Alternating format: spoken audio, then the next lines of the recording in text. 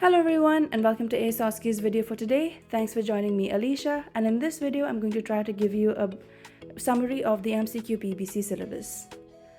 So here I'm going to try to give you a breakdown of the syllabus as to what competency weighs how much in your MCQ exam, and also try to share some study tips that worked for me when I was giving my PEBC MCQ exam. And I'll also try to go through briefly each competency to tell you what sort of questions entail in each competency. So let's get started.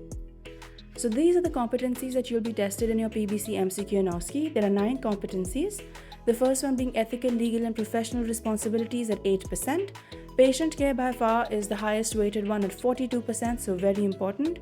Product distribution is a topic that is more important for the MCQ than the OSCE, therefore I've denoted that, and this stands at a 13% weightage. Practice setting is at 3%, again more important for the MCQ. Health promotion at 3%.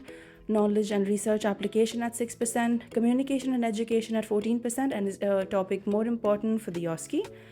Inter and intra-professional collaboration at 6%, and quality and safety at 5%. The reason I gave you this breakdown is to give you the knowledge as to what and how much you'll be tested from each topic in your PEBC MCQ exam. Do not think that you only have to do your patient care and you'll be good. No, all of these topics are equally important for you to understand in order to be able to pass the MCQ in the first attempt. So keep that thing in mind. Let's go through each topic now. The first one is ethical, legal and professional responsibilities. So this specific competency tests about your legal knowledge and your legal requirement practices in Canada. So prescription laws, CDSA, prescription storage laws, confidentiality, who can you share information with, upholding ethical principles, managing illegal or unethical cases. For example, when you have a ethical dilemma or a forged prescription, what do you do in that case? Applying principles of professionalism via accountability, responsibility, taking into consideration and accounting for your own medication errors if at all, management of conflict of interest within or without the pharmacy, and the basics of the healthcare system in Canada. Also, you'll be tested on your document practice activities.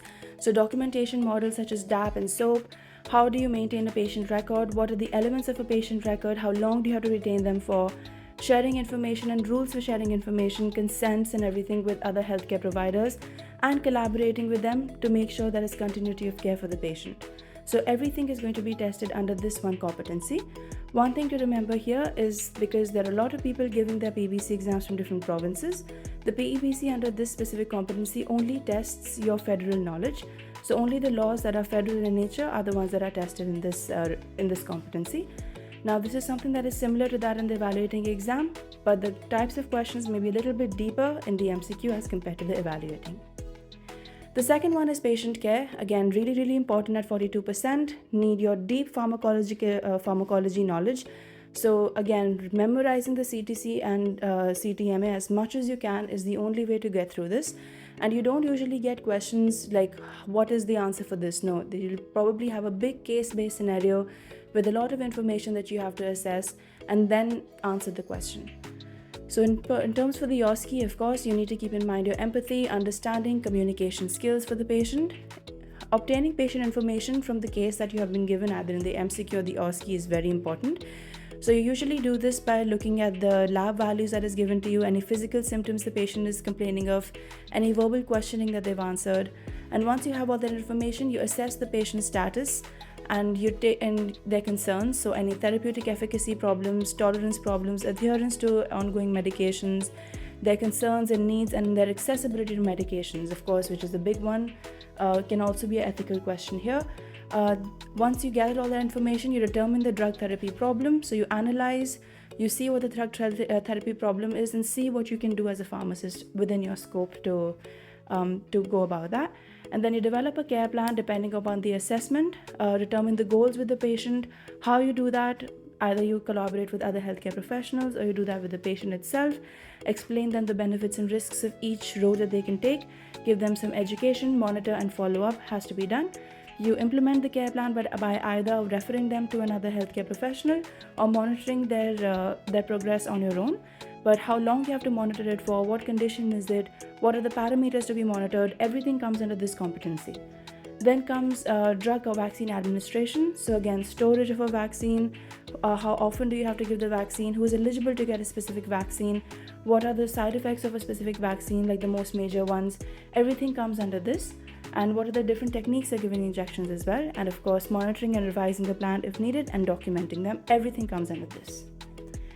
The third competency is product distribution, where usually this is the product check part of the medication when we are having the pharmacy workflow.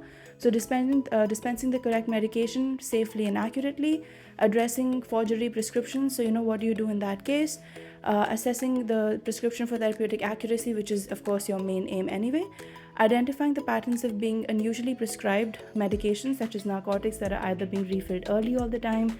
So in that case, how do you deal with that? How do you talk to the doctor or the patient? Product check of medications being dispensed. So of course the right label, like strength, right everything. So medication errors can happen if that's not done properly. Performing the required calculations for compounds. Of course, this is an important one. As you guys know, calculations are easy to score, but sometimes if you're not very sure, can be really tricky as well. And selecting the appropriate product and understanding the difference between therapeutic equivalency, interchangeability, substitution, all of that comes under this competency. The next one is practice setting. Optimizing the safety and efficiency of operation is more into this competency. So this usually goes through about how do you manage your day-to-day workflow, the staffing, the problems or the practicalities of the pharmacy actually. So confidentiality, maintaining patient care, staffing needs of a pharmacy, and managing support personnel, so techs or PAs. So this can be an ethical dilemma where tech has a problem with another PA or their scopes of practice. So knowing all of that is important for you to pass the exam. Overseeing pharmacy inventory to see and to provide patient care. So making sure that you action on drug recalls. How do you manage them? How do you manage the inventory so that if the patient doesn't have enough, what steps can you take in order to maintain those things? And of course, developing procedures to return expired or unusable drugs properly. So how are we able to destroy narcotics in pharmacies? How are we going to return the expired medications? Everything comes under this competency. The next one is health promotion. This engages patients for health promotion activities such as clinics or collaborating with healthcare professionals to provide wellness. For example, smoking cessation or vaccines. So vaccine clinics that you can do. So what are the different ways of promoting health? How important is it? What can it help with?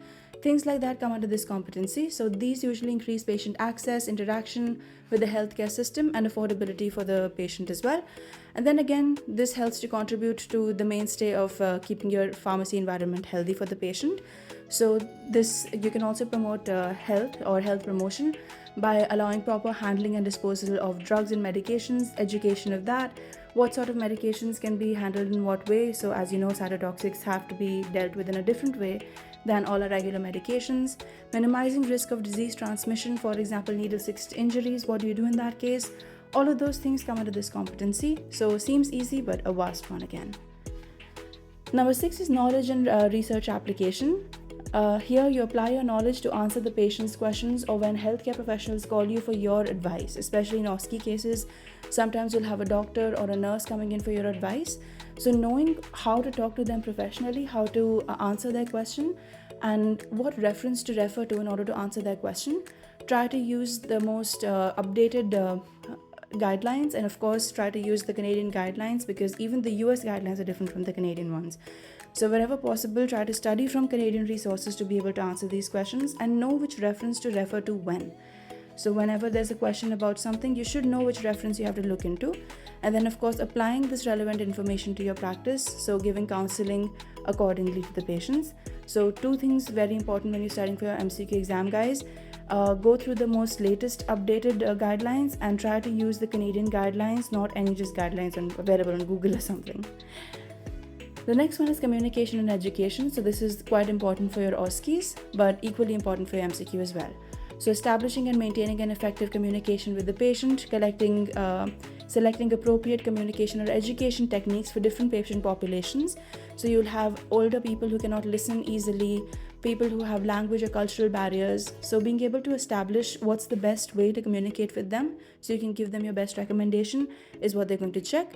Of course, having empathy and respect for the patient, communicating in a professional manner, implementing safer techniques to be able to counsel patients, and being able to communicate effectively is what they're going to be checking in this specific competency. It's more for used for the OSCE. However, you may get ethical questions where patients of a certain culture cannot talk to specific pharmacy team members, or somebody who's not able to talk in a certain language or doesn't understand English. What do you do? Depending on the options, you would have to select the best one. So everything's in here. Number 8 is professional collaboration. So maintaining a professional relationship with other healthcare professionals or even people within your team is professional collaboration. So being respectful to other healthcare team members, accepting accountability and managing conflict within the system, of course, especially if the question entails that you're a pharmacy manager, and sharing your decision-making activities. So this is a problem, this is the decision we make to correct it, and this is what I've done for this reason. So knowing that reasoning is very important when you're collaborating with other healthcare professionals, and that's what they're going to be testing you for your MCQ and OSCE in this specific competency. And again, participating in health services collaboratively, so accepting your scope of practice limitations. So you as a pharmacist can only do so much. You want to try to help the patient, but always remember that law overrides ethics, so you cannot step over that boundary of your scope. So referring them to the appropriate healthcare professional for further assistance, and accepting responsibility from other healthcare professionals as well. And 9th, the final one, is quality and safety, to apply the principles to improve your practice to reduce errors in ADRs. So of course, ADRs are not something that you will be able to reduce on your own because they're specific drug-induced ADRs usually. So keeping those things in mind.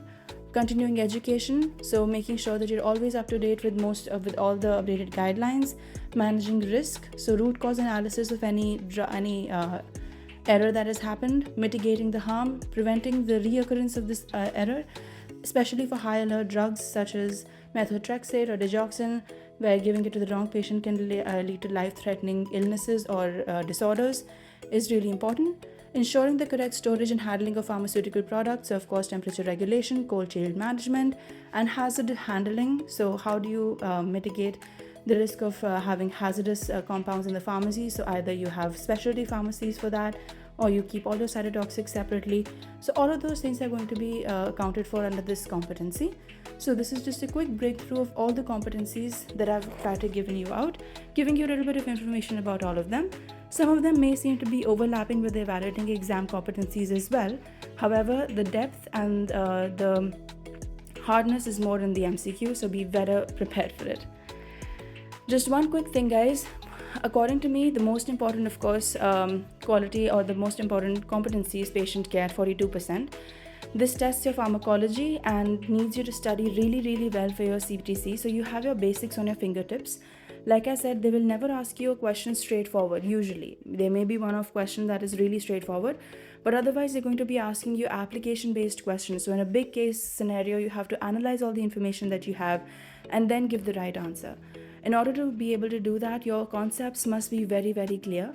So knowing your CTC really well is what I start with, and I'm going to be starting some CTC classes soon. I'm going to try to do some chapter-wise revision for each CTC chapter from the latest guidelines so that we don't miss anything. So whenever I start them, I'll let you know. So let me know if you'd like to enroll in our classes. They're going to be flexible, so whoever wants to come in for whatever class, it's available for you. But really, really important to start studying right away. And I also wanted to share a few tips that I found really helpful for me when I was giving my MCQ exam. So hopefully they should help you out too. So the first step would be to set a realistic exam date and give yourself enough time to prepare for it with focused and consistent study.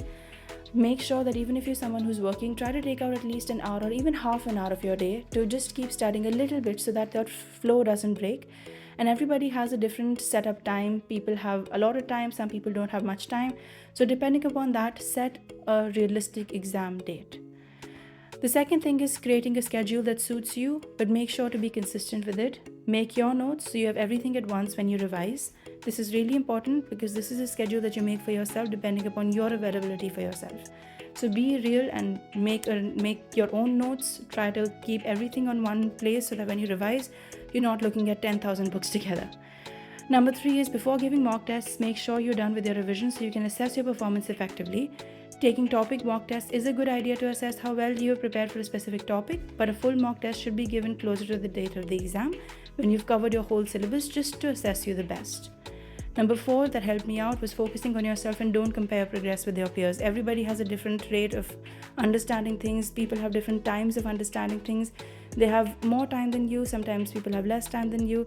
Everyone is different, so focus on improving your own performance.